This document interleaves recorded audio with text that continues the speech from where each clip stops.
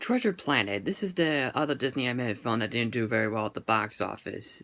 Like I said, this is when hand-drawn animation was starting to die and stuff. Like Disney wasn't making as much money with the other animated films until the 3D animated films started to come alive of years later.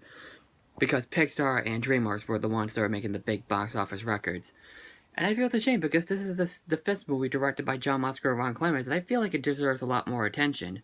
Much like Atlantis: The Lost Empire. So, we all know the story. It's basically based off of Robert Louis Stevens' book Treasure Island. And this is actually not the first time that Disney has done this. They made a live-action movie back in the 50s, and in the mid-90s they made Muppet Treasure Island. So now Disney Animation is taking on this, but this time it is a science-fictional film. But of course, we know the story. It's about Jim Hawkins, played by Joseph Gordon-Levitt, who basically always constantly getting into trouble. And his mother has a hard enough time raising him while also running a restaurant. But one day he comes across Billy Bones, well, it's because he crash lands right near the restaurant, and tells him that beware of the cyborg. Well, before so that way they would give him a treasure map or something. Well, Billy Bones gave him the treasure map to keep for himself. So with that said, the cyborg comes in and his crew who do come in and destroy the restaurant. They escape with an old friend of the family named Dr. Doppler, voiced by David Hyde Pierce, who basically tells the mother that the Bembo Inn has been burned to the ground. Jim takes a look at the treasure map and it activates. He's doing a sort of secret code or something, which is really clever. Which I think is very clever. I like how it's also like an actual sphere or something. I think that's a really clever idea. But it shows them the planets and stuff, and then they actually see Treasure Planet. Jim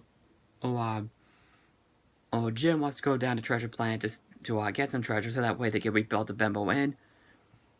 And then Dr. Doppler definitely agrees that he wants to come with, so that way he can explore the entire world, the entire galaxy and stuff. But the mother, played by Laurie Metcalf, who you know her as Jackie from Roseanne and the mother for the Toy Story trilogy. So Dr. Doppler hires a crew, or what you already know what happens. But they do come across some other characters, or like a couple other characters, like Mr. Arrow, who is basically an alien character that's made out of stone or something, and a half cat, a half lady person, named Captain Amelia, played by Emma Thompson. Well, she's more of your show off character, but we'll talk about her in a minute. But she assigns Jim Hawkins to go meet the cook named John Silver, played by Brian Murray. He has a really cool gadget and stuff, or like a cool robotic arm and stuff, and all that stuff. All those things I will talk about in a minute. So they basically do set off course for Treasure Planet, but then they do come across a couple of obstacles, and then betrayal happens, and then they crash land onto Treasure Planet as well.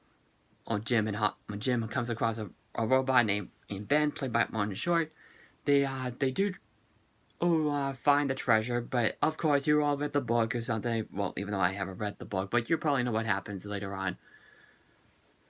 And so, the good things about the film is pretty simple. The story does follow. The story is really great. It's fun to listen to. It's easy to follow. You get what's coming to you. All that good stuff. The characters are very lovable from beginning to end. I love Jim Hawkins. He's probably my favorite of the male Disney characters. I do feel that the pain that he goes through for his years, and then what does happen later on and stuff. He needs to grow up, and basically he has to follow orders at times and stuff, and then people will start to leave impressions on him and stuff. I love seeing that. Dr. Doppler is pretty funny. Captain Amelia was a lot of fun. Ben is the funniest thing in the movie, but you don't see him until the last third of the film. Brian Murray as Captain John Silver is a lot of fun. He's great, of course. The little Goonie Morph is probably one of the cutest things in Disney history. Some of the other bad guys are a lot of fun. Scroop was a very terrifying looking character. He has a really cool design, and he seems pretty frightening as well. The blending of computer animation, pretty good. Sometimes I feel like it's kind of fake, but it is pretty impressive that they mixed it in with the 2D animation. But I guess the only problem that people might have with it is that the setting on the scene's pretty much of a mess. I see where they're coming from, but honestly, it really doesn't bother me because it is very visually interesting, and what they tried to do, it is pretty impressive. So, I don't know. I do have a big soft spot for the film. I personally really enjoy it. Or not. The animation is great. I like the story. I really love the story. The characters are all very memorable. Oh, and the relationships are really well done. So, yeah, I guess I can see where they're coming from with the setting and stuff, but honestly, it doesn't really bother me that much. I guess people don't really get bothered by that much for the visuals and stuff, and for what they're and the world that they're trying to create as well. So, if you have seen the film, what do you think about it? Just comment below.